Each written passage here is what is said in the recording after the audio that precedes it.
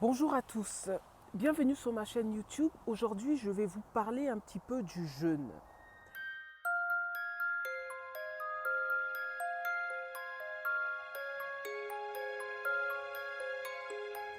Comme vous le savez, tous les ans, durant cette période de préparation à nos intentions d'automne, je propose 9 jours de jeûne pour l'automne et 7 jours de jeûne au printemps. Et cette année, j'ai découpé le jeûne en deux parties, c'est-à-dire il y aura une première partie de 3 jours et une deuxième partie de 7 jours. Tout simplement pour que nous puissions, pour ceux qui font le cycle des saisons, euh, terminer le jeûne avec le début du stage d'automne qui débutera cette année le 17 septembre.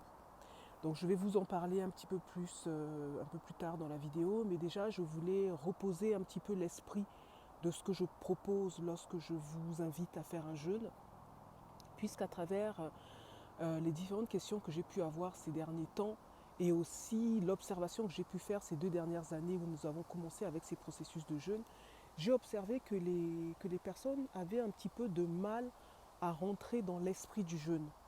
C'est-à-dire que malgré toutes les explications que j'ai pu donner, elles étaient encore imprégnées de la croyance de penser qu'un jeûne, en fait, c'est une privation de nourriture ou d'eau. Donc, euh, ce n'est pas ça. En tout cas, la manière dont moi je propose les jeûnes, c'est pas du tout dans un esprit de privation, mais c'est dans un processus de retour sur soi. L'enjeu de ce retour sur soi, c'est de transmuter tous les vices pour toucher cette maîtrise, ce maître intérieur, ce maître que nous sommes. Donc c'est vraiment un processus de transmutation de nos vices, c'est-à-dire de toutes ces parties qui nous manipulent, de toutes ces parties qui sont, qui sont nous, hein, dans notre moi égotique, dans notre moi manipulé par toutes ces entités, ces esprits que nous ne maîtrisons pas et qui se manifestent sous forme de colère, sous forme d'addiction, sous forme de dépendance. On va en parler un petit peu plus tard dans la vidéo. Donc en fait, si je devais donner une définition, entre guillemets, mais en fait ce serait même limité que de définir ce que moi j'entends par jeûne, parce qu'une définition, en fait, ça enferme quelque chose, alors que c'est pour moi déjà, en fait, un état d'esprit. Hein. Le jeûne, c'est un processus de retour de soi dont l'enjeu est de transmuter nos vices pour atteindre la maîtrise de soi. Et donc, du coup, j'ai souvent tendance à rappeler qu'avant de faire quelque chose, il faut déjà rentrer dans l'état d'esprit de la chose que nous voulons faire. L'esprit avant la matière. Vous m'avez entendu le dire et le répéter chaque fois, chaque fois, chaque fois. Dans quel état d'esprit nous faisons les choses? Par rapport à cet état d'esprit, ce que nous faisons, c'est-à-dire ce que nous manifestons, ce que nous concrétisons, nos actions vont porter forcément l'esprit de ce que nous avons déjà en tête ou en esprit. Ce ne sont que des images.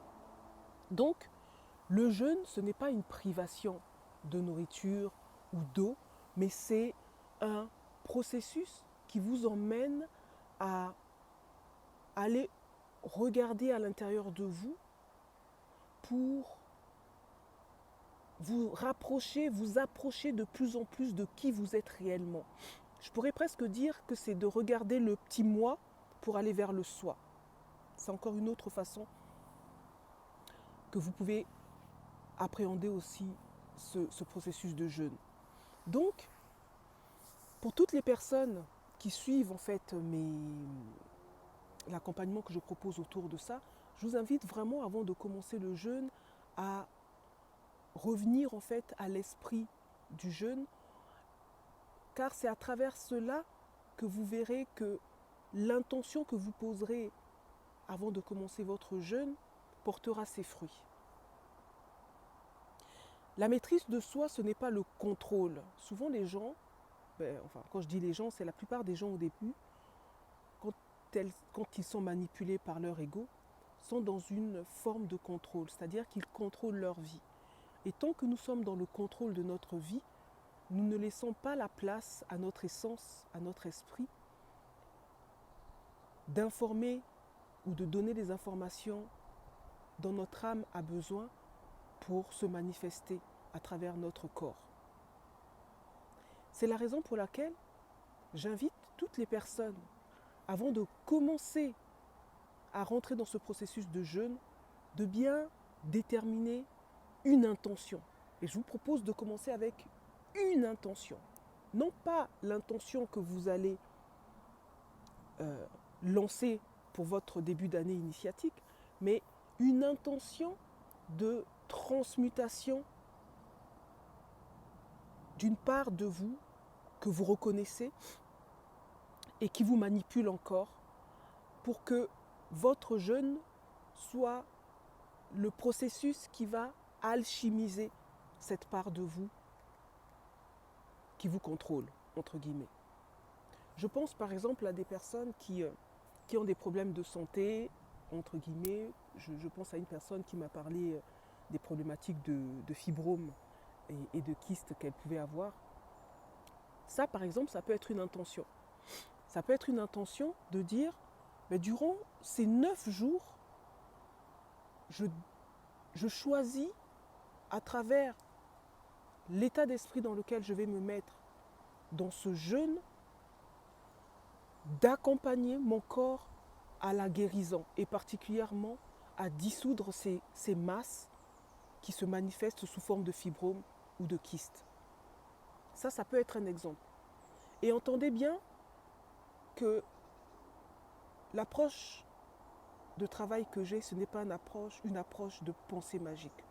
Donc pour toutes les personnes qui ont tendance à penser ou à croire que lorsque je vous propose des choses comme ça, on va dire, là par exemple j'ai donné un exemple entre guillemets tout fait, que vous allez prendre ça pour vous et puis le faire et au bout de 9 jours, votre problématique sera résolue. Je ne m'adresse pas à vous dans le sens où tout ce que je dis, il faut avoir écouté ou été dans un processus d'accompagnement avec moi pour en saisir l'essence et voir que tout ce que je dis, en fait, il y a un processus derrière. Ce n'est pas juste des pensées toutes faites comme ça et puis vous allez le faire et ensuite les choses vont se résoudre.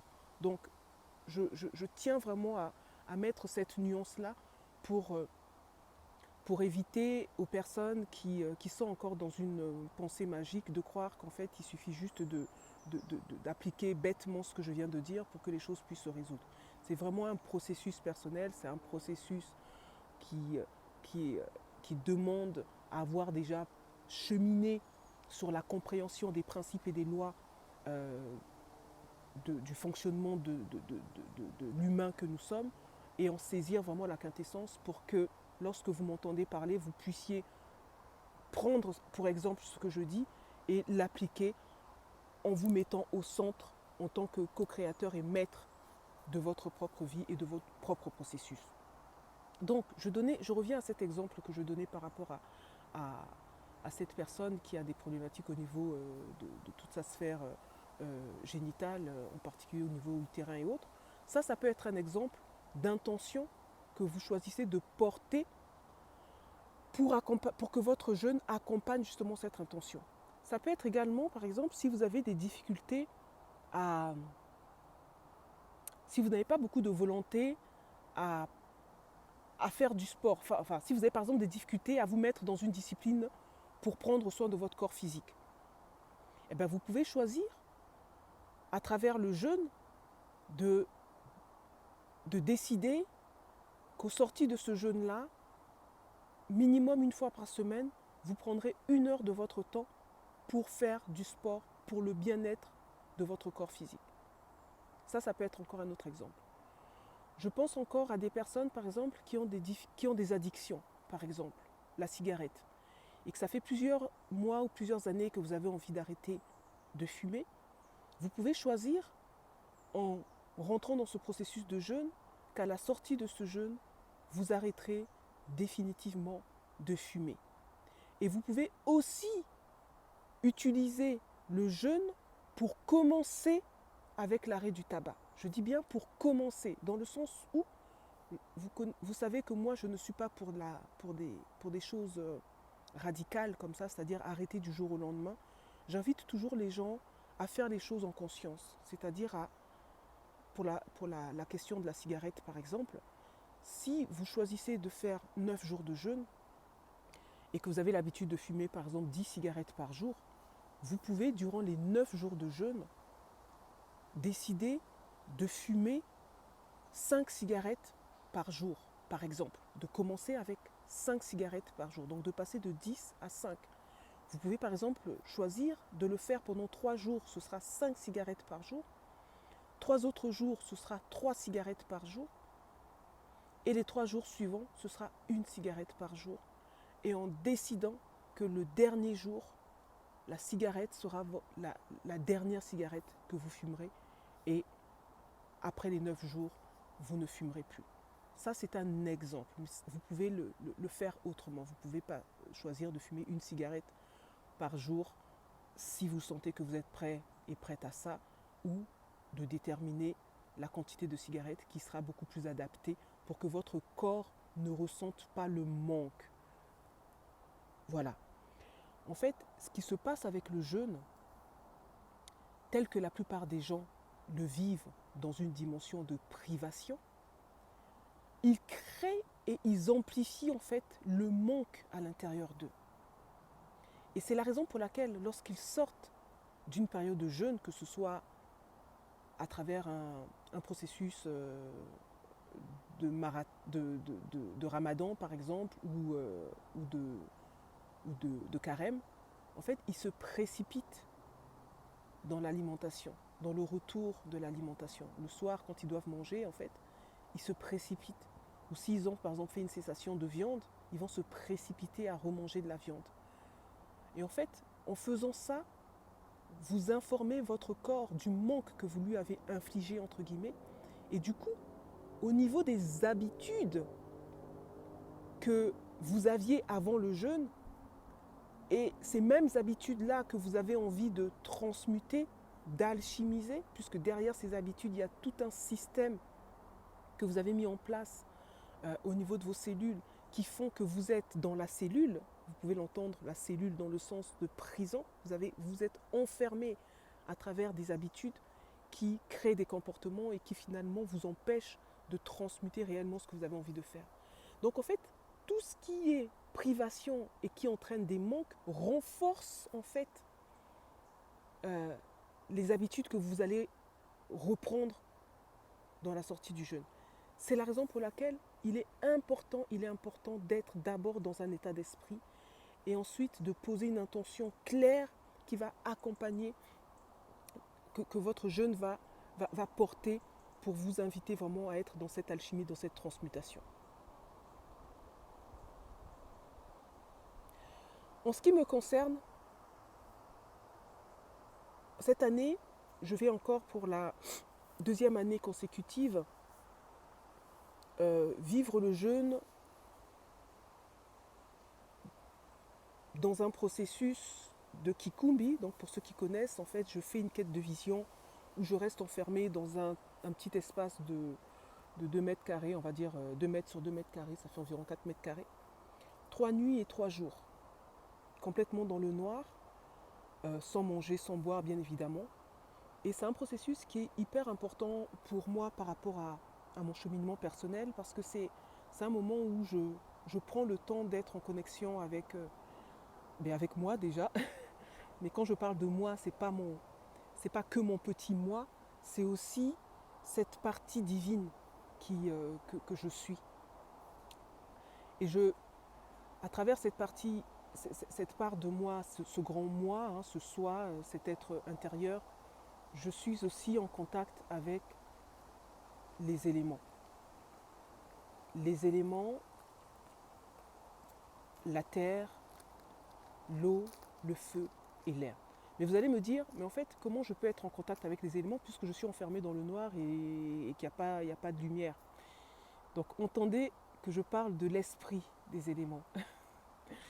L'esprit des éléments. Donc, je suis en contact avec l'esprit des éléments et avec le cœur sacré de la terre. Donc j'avais déjà fait une courte vidéo pour répondre à la question que m'avait posée une personne par rapport à ça. Donc vous pouvez vous référer à cette courte vidéo où j'en parle un petit peu rapidement. Donc en fait, ces 3 jours, 3 nuits où je suis dans cet espace avec moi-même, où je suis dans ce processus aussi de jeûne, donc de jeûne sec, comme vous pouvez l'imaginer, j'en ressors différente de quand je suis rentrée. Je ne suis plus la même personne. Il y a vraiment un avant et un après. Et ensuite, je poursuis avec les 7 jours de jeûne où là, je bois uniquement de l'eau. Et en général, j'alterne entre l'eau, un jour d'eau et un jour sec. Un jour d'eau et un jour sec. Je n'invite personne à faire comme moi. Si vous sentez que vous êtes apte à le faire, faites-le. Mais si vous sentez que votre corps ne peut pas suivre ce rythme-là, ayez l'intelligence et le discernement de vous écouter. Faire un jeûne, comme je vous l'ai dit au début de cette vidéo, ce n'est pas être dans une privation de nourriture. Pour certaines personnes, j'invite à continuer à manger parce qu'elles sont dans un état corporel, physique qui ne leur permet pas de jeûner dans le sens d'arrêter de manger et de boire. Et donc du coup, comme ce qui est important, c'est l'esprit avec lequel on fait les choses, je les invite par contre à choisir de jeûner sur une habitude.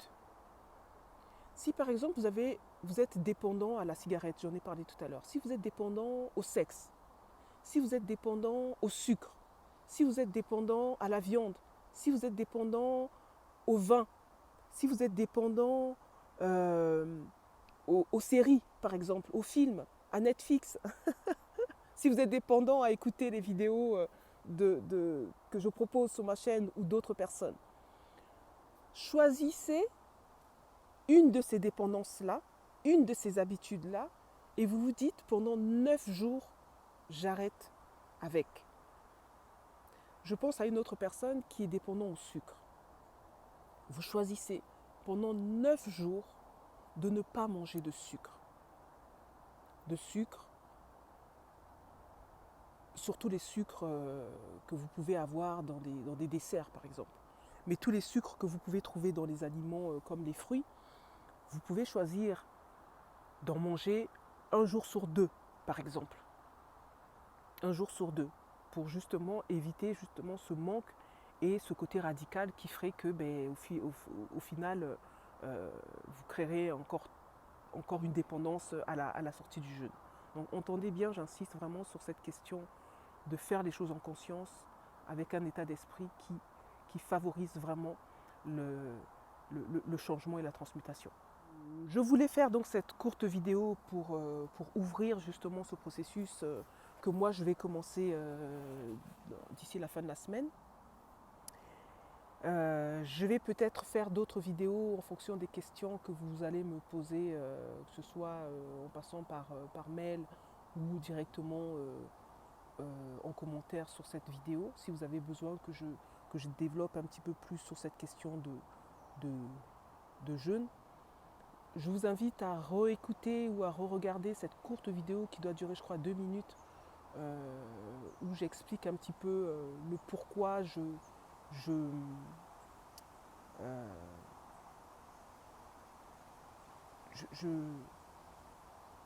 clôture le jeûne avec certains aliments. Quelle est la symbolique qu'il y a derrière ces aliments-là? Et si vous avez des questions, je pourrais un petit peu plus développer. Donc merci d'avoir pris le temps d'écouter cette courte vidéo et je vous souhaite un très bon jeûne et encore je vous le répète, n'oubliez pas l'état d'esprit dans lequel vous allez faire ce jeûne cette année pour bien préparer votre terre, c'est-à-dire votre corps qui accueillera l'intention qui va vous accompagner durant toute cette année initiatique qui débute bientôt. Je vous souhaite une très belle fin de journée ou de soirée, tout dépend de l'heure à laquelle vous allez m'écouter et je vous dis à très bientôt. Au revoir.